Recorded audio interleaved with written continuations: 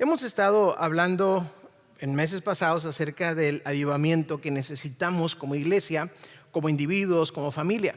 Y en estas últimas semanas hemos hablado de que para experimentar ese avivamiento tiene que haber oración. Tenemos que venir delante de Dios y reconocer que ese avivamiento no va a surgir por nuestras propias fuerzas, sino que tiene que surgir meramente como una obra del Espíritu Santo de Dios en nuestras vidas. Entonces, hoy le hemos titulado a este mensaje Orando al Dios que nos da la victoria, porque queremos entender que cuando le oramos a Dios, hay dos cosas que tenemos que hacer. Tenemos que venir delante de Él creyendo que Él puede y que lo va a hacer. Pero número dos, también tenemos que creer que Él ya nos ha dado la victoria, que Él ya ha obrado para nuestro bien. ¿Y a quién me refiero? Yo creo que muchos de ustedes han escuchado ese dicho de gente que bien intencionada, que son muy positivas en la vida y que dicen, todo tiene solución menos la muerte. ¿Cuántos lo han escuchado? ¿Sí, verdad? Y cuando nos lo dice la gente, todo tiene solución. Estamos pasando por un momento matrimonial, un momento familiar, un momento de financiero, un problema financiero, un problema médico, y nos dicen, es que todo tiene solución menos la muerte. Y suena bonito, ¿verdad? Y hasta cierto punto uno podría decir, pues sí es cierto, ¿no? O sea, al final todo tiene solución menos la muerte. Y pues, ¿será o no será cierto?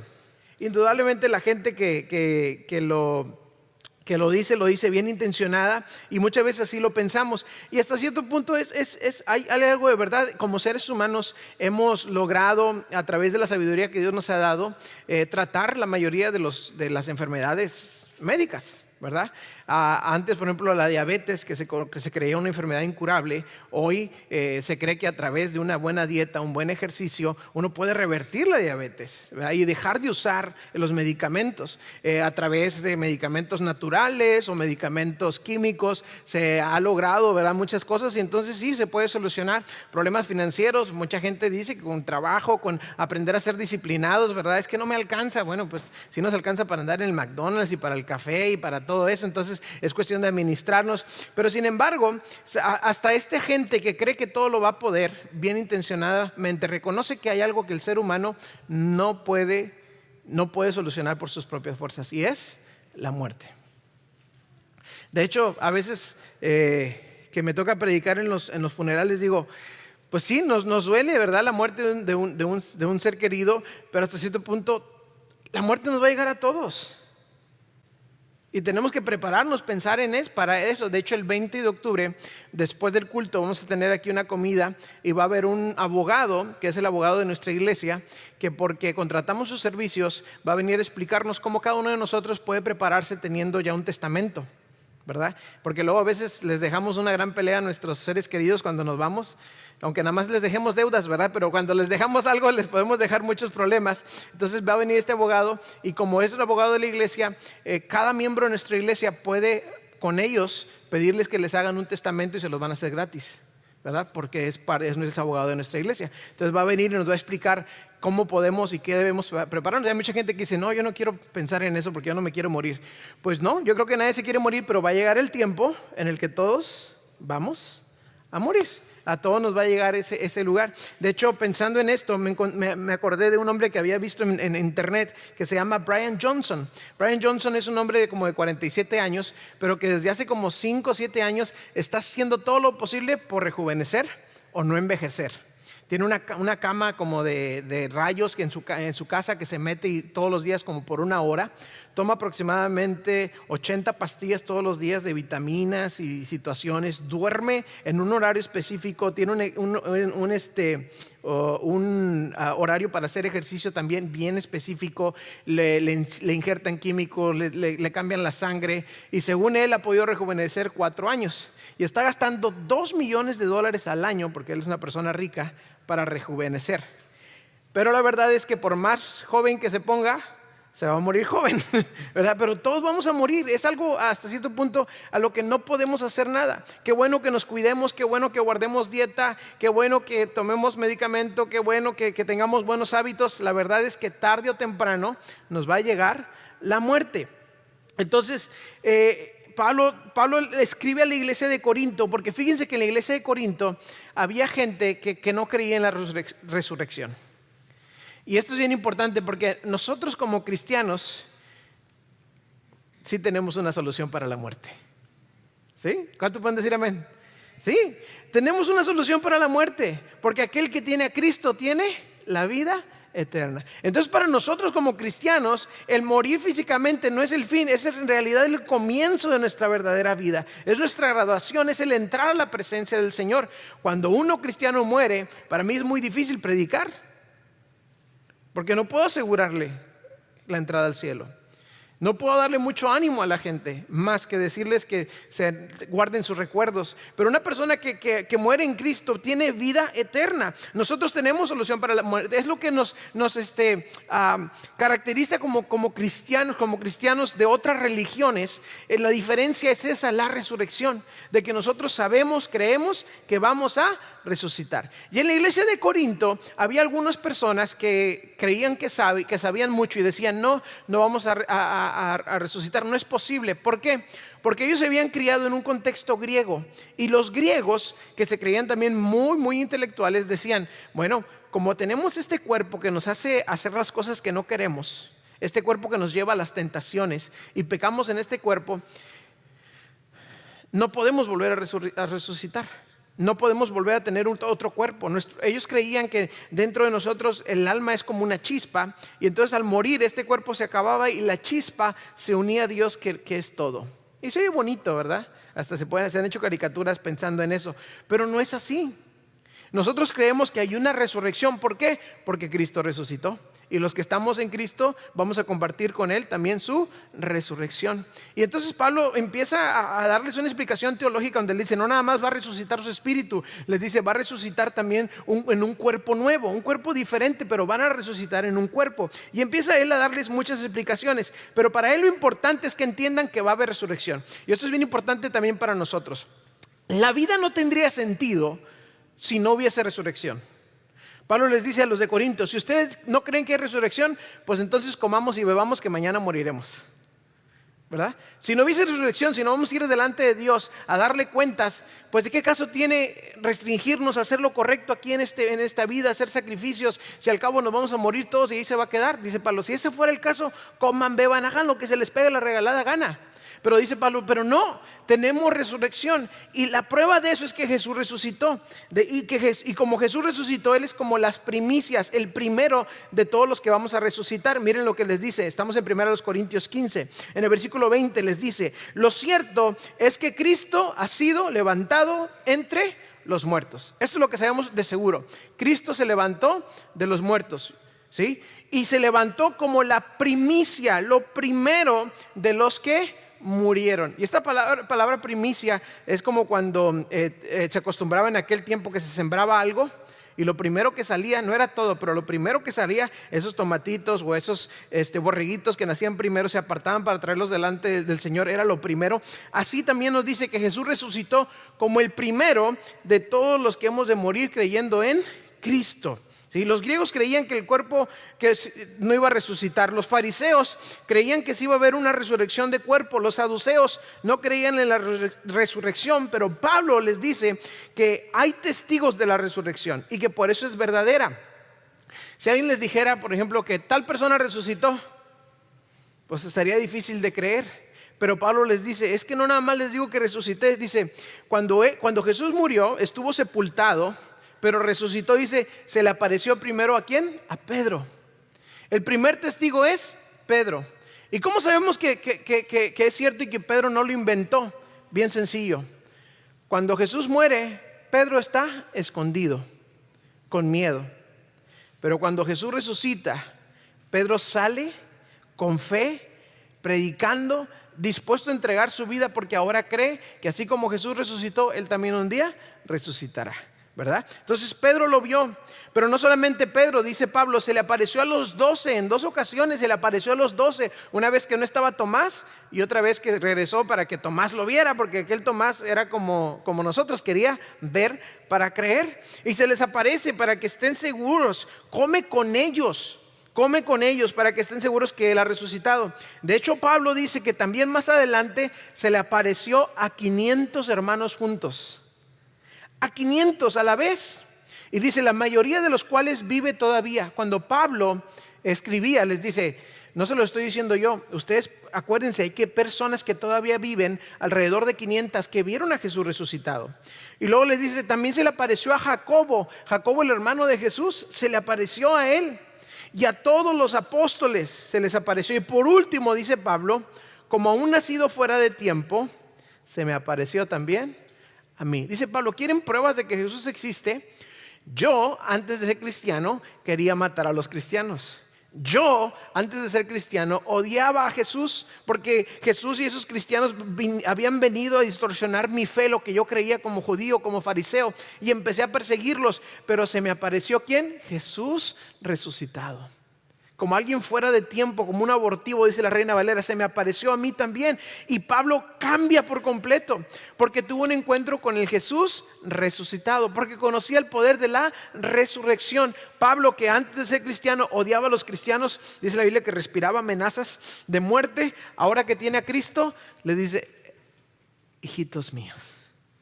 Y les escribe cartas en amor. ¿Por qué? ¿Qué lo cambió? El poder de la resurrección. Entender que Jesús no solamente había muerto por sus pecados, pero había resucitado. Por eso, después de dar muchas evidencias en todo el capítulo 15 de Corintios, va a llegar a los últimos 3 versículos y comienza en el versículo 55 y le dice, ¿dónde está, oh muerte, tu victoria? ¿Dónde está, oh muerte, tu aguijón? ¿Sí? El apóstol Pablo está usando poemas del Antiguo Testamento para decirnos, a ver, muerte, ¿dónde está tu victoria? ¿Dónde está, muerte, tu aguijón? Aquí el apóstol Pablo se está poniendo medio confiado, ¿sí?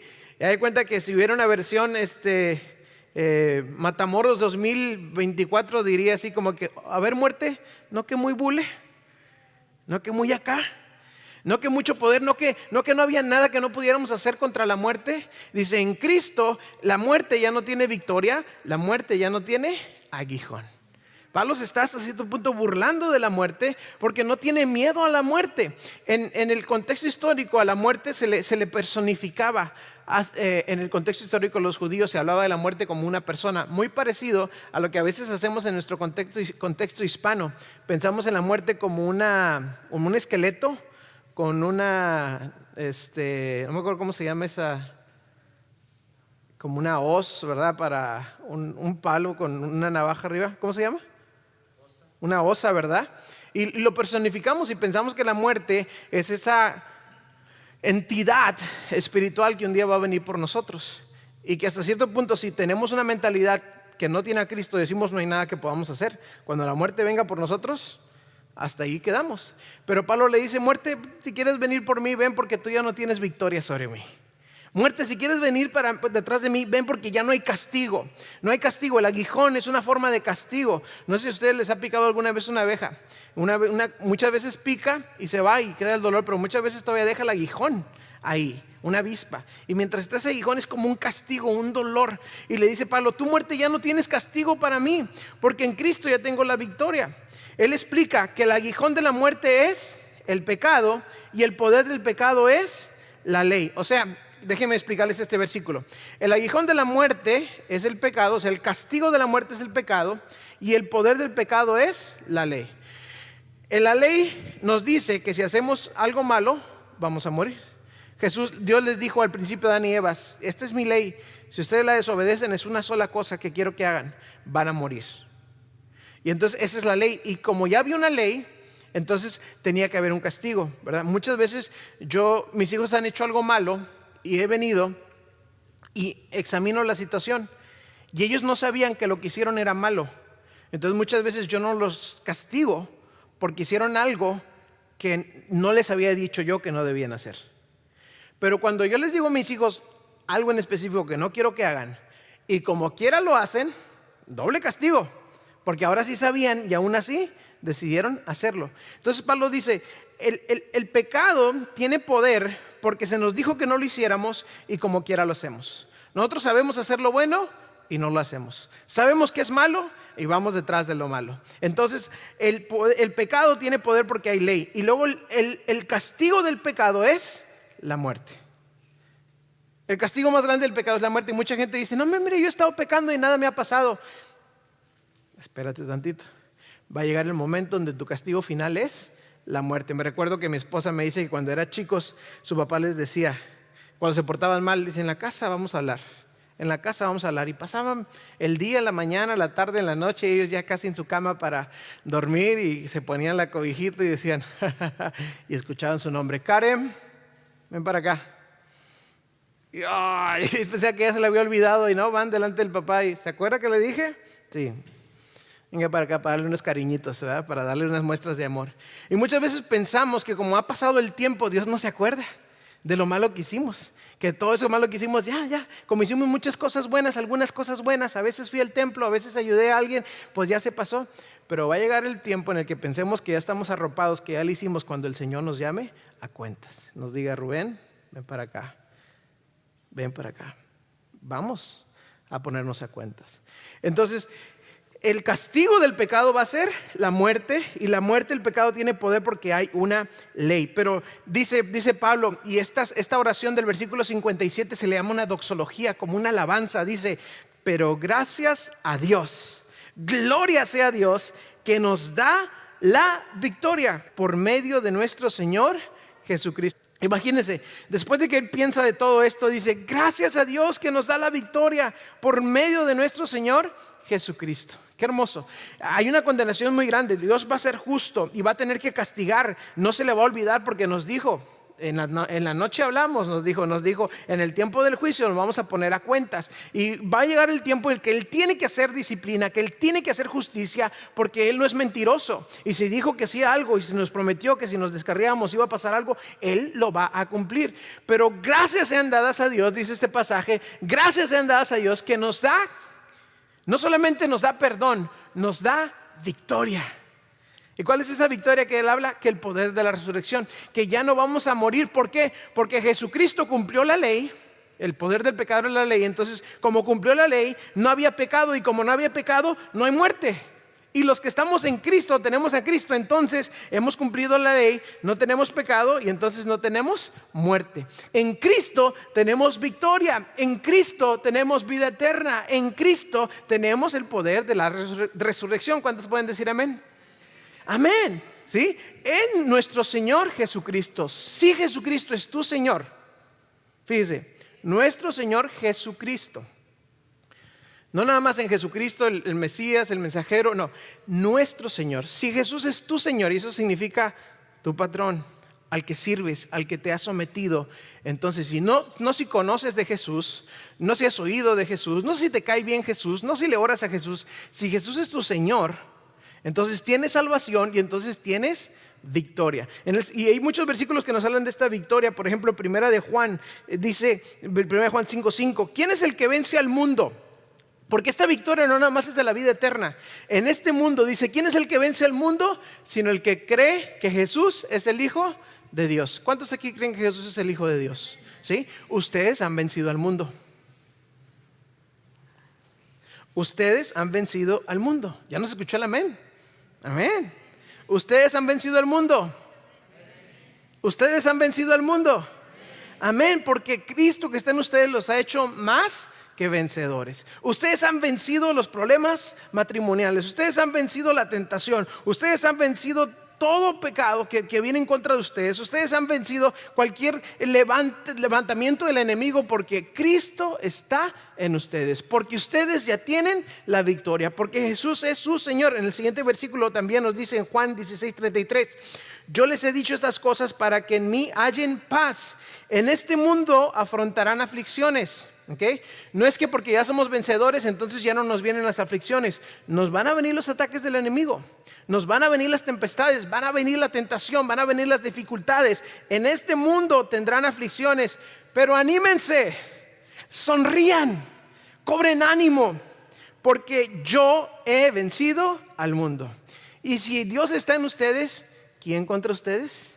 Mayor es el que está en ustedes que el que está en él mundo. Y Pablo escribe todo esto porque antes de animarnos a nosotros como iglesia para que vivamos una vida llena de plenitud, una vida llena de poder, entendamos que esta vida tiene su inicio en el poder de la resurrección de nuestro Señor Jesucristo. ¿Sí?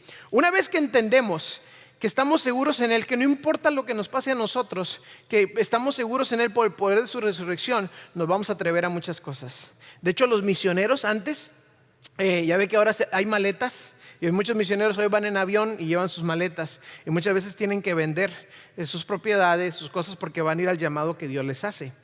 Hace 50, 60 años, hace 200 años, cuando los misioneros comenzaron a tomar impulso, no había maletas. ¿Y saben qué usaban como maletas? Los ataúdes. Llevaba una caja de madera que iba a servir de su maleta, pero también servía de su ataúd, porque ellos estaban seguros que si allá les pasaba algo, sirviendo en nombre de nuestro Señor, ellos tenían victoria. Ellos iban con paz, ellos iban con tranquilidad. Un cristiano que se enferma no tiene por qué darle miedo a la muerte. ¿Por qué? Porque sabe que ya tiene la victoria. Un cristiano que empieza a tener dificultades se mantiene firme. Por eso Pablo, después de explicarnos claramente que hay resurrección, porque Cristo resucitó y hay evidencia de eso, nosotros también resucitaremos. Dice, manténganse firmes e inconmovibles. Manténganse firmes e inconmovibles. Cuando vienen las dificultades, nos achicopalamos, nos sentamos, bajamos la cabeza, pensamos, ponemos los hombros, juntamos los hombros, no sabemos qué hacer. Pero los que creemos en Cristo y en el poder de su resurrección, nos podemos mantener firmes. Firmes significa con la cabeza levantada. Firmes creyendo que no importa lo que venga, yo ya tengo la victoria. Yo estoy seguro, cuando yo oro, no oro pidiéndole a Dios nada más un favor, oro pidiéndole a aquel que me amó tanto, que me dio la victoria, alguien que me va a responder. Imagínense si decimos que todo tiene solución menos la muerte, y Dios nos solucionó el problema de la muerte, que era el problema más grande, ¿quién no va a poder solucionar por nosotros? Si Dios va a poder darnos un cuerpo nuevo y resucitarnos en el poder de su resurrección, ¿cuánto más no va a poder avivar nuestros corazones? ¿Cómo no va a poder llenar esta iglesia? ¿Cómo no va a poder cambiar el corazón de mi familia, el corazón de mi esposo, de mis hijos? Entonces podemos mantenernos firmes. Y hoy, hermanos, tenemos que salir de este lugar con la cabeza en alto, creyendo que podemos mantenernos firmes e inconmovibles. También dice, progresando siempre en la obra del Señor. ¿Sí? No solamente podemos mantenernos firmes, porque hay mucha gente que dice, ya como ya tengo la victoria, pues aquí me quedo, acabo que Dios ya me dio la victoria. Como mucha gente dice así de la gracia de Dios, Dios me perdona, entonces pues aquí me quedo pecando, acabo que Dios me perdona. Y dice Pablo, no, el hecho de que no tienes que ganar la victoria, que ya la tienes, te debería impulsar más para progresar siempre en la obra del Señor. Me gusta la versión hispanoamericana, dice de este versículo, destáquense constantemente en la tarea cristiana. Entonces lo que nos está diciendo este versículo es que como iglesia debemos estar constantemente progresando, creciendo, perfeccionándonos. Yo ayer que iba al partido de mis hijos les decía, hijos, están jugando fútbol americano, y les digo, miren, vamos a la tienda y les compramos zapatitos para fútbol americano. Les compramos calcetincitos para fútbol americano. Pagamos el uniforme para fútbol americano. Les compramos protección de los dientes para fútbol americano.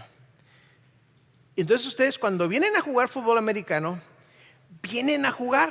Los quiero ver jugando, los quiero ver corriendo, los quiero ver esforzándose, ¿sí? Y les digo, como dice esa frase en inglés, go big o go home, ¿verdad? Échale todas las ganas o mejor vete a casa.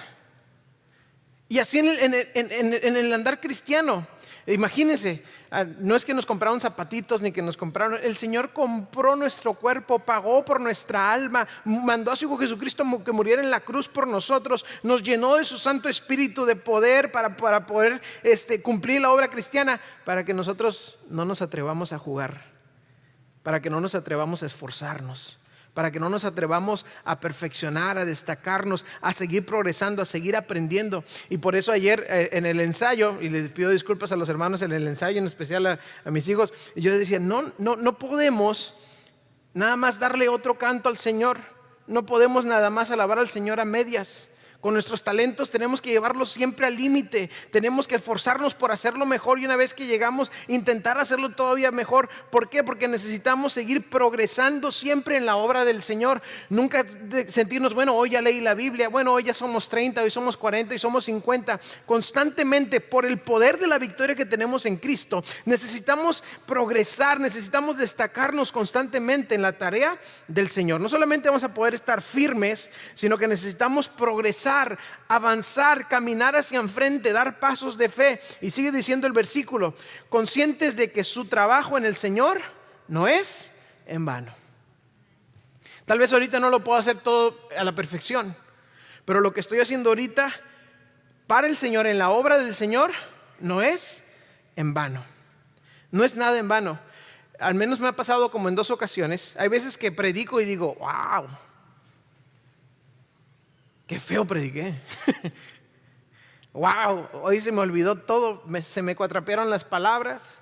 Hoy subí a Pablo al sicómoro y puse a Pedro en el estómago del pez. Hoy me fue mal. Hoy no conecté con la gente. Hoy, y me voy desanimado. Y en 2 ocasiones de esas veces que me he ido más desanimado, me han llamado personas entre semana. Casi nunca me llaman. Y entre semana me llaman. Bueno, sí me llaman, pero no para hablarme del sermón. Y me dijo, hermano, en particular el domingo el Señor me habló. Y yo, hermano, si supiera que yo pensé que era el peor sermón de mi vida. Porque nada, absolutamente nada que hagamos para el Señor es en vano. Recoger una silla, pasar un papel, orar por alguien, llamarle a alguien, dar una sonrisa para el Señor, nada es en vano. Predicar a los adultos, cuidar a los niños en la cuna, todo lo que hagamos para el Señor, nada va a ser en vano. El Señor siempre va a estar obrando. Entonces, hermanos, cuando vayamos a pedirle al Señor en oración que traiga avivamiento, confiemos que ese es el Dios que nos ha dado la victoria. Y una vez que entendamos que va a haber resurrección en nuestra vida, entonces mantengámonos firmes, progresando y sabiendo que el trabajo que hacemos en el Señor no es en vano. Fíjese, Eclesiastés 2:11 nos habla de cosas que sí son en vano. Eclesiastés es un libro que fue escrito, creemos, por Salomón. Y si ustedes conocen de Salomón, llegó a ser de los reyes más ricos y de los reyes más sabios. A mí me da mucha tristeza a veces hombres que dicen, hombre, yo traigo 2 mujeres. Yo traigo 2 mujeres. Y lo dicen como con mucho, creyéndose muy hombres. Pues Salomón tenía como 200. Había tenido placeres, había tenido riquezas, había tenido sabiduría. Pero él dice, consideré luego todas mis obras, todos mis logros, todos mis trabajos, todos mis negocios y el trabajo que me había costado realizarlas, y vi que todo era absurdo. Un correr tras el viento y que ningún provecho se saca de esta vida. Hay muchas cosas que son en vano y que tristemente andamos persiguiendo. La razón número 1, porque mucha gente no se acerca a la iglesia porque está haciendo dinero para proveerle a sus hijos, para darles una carrera. Muchos no vienen a la iglesia porque tienen que estudiar, tienen que trabajar, tienen que hacer muchas cosas. Pero yo me pregunto, ¿de qué me va a servir morirme en 100 acres de tierra con una casa de 10 cuartos si mi alma se va a ir al infierno? ¿De qué me va a servir sacar a mis hijos adelante y que sean doctores reconocidos, que ganen un premio Nobel, si a mis hijos no les presenté a Cristo y al final se van a ir al infierno? Todo lo que no hagamos para el Señor al final es vanidad. Es como correr tras el viento. Al principio uno dice, ¡ay, qué bonito el hacer dinero, qué bonito! Y terminamos sacrificando a la familia, que según estábamos trabajando para la familia, y después tenemos una familia destruida. Y el Señor nos dice, si hay algo que nunca va a ser en vano, si hay algo que va a traer bendición para siempre, son el trabajo en el Señor. Nunca el trabajo en el Señor es en vano. Mientras a lo mejor aquí uno vive esta tierra sirviendo al Señor y a lo mejor termina sin una casa, pero hizo tesoros en el cielo. Cuando vaya a la presencia del Señor, allá va a tener una morada celestial. Porque el trabajo que hacemos para el Señor nunca será en vano.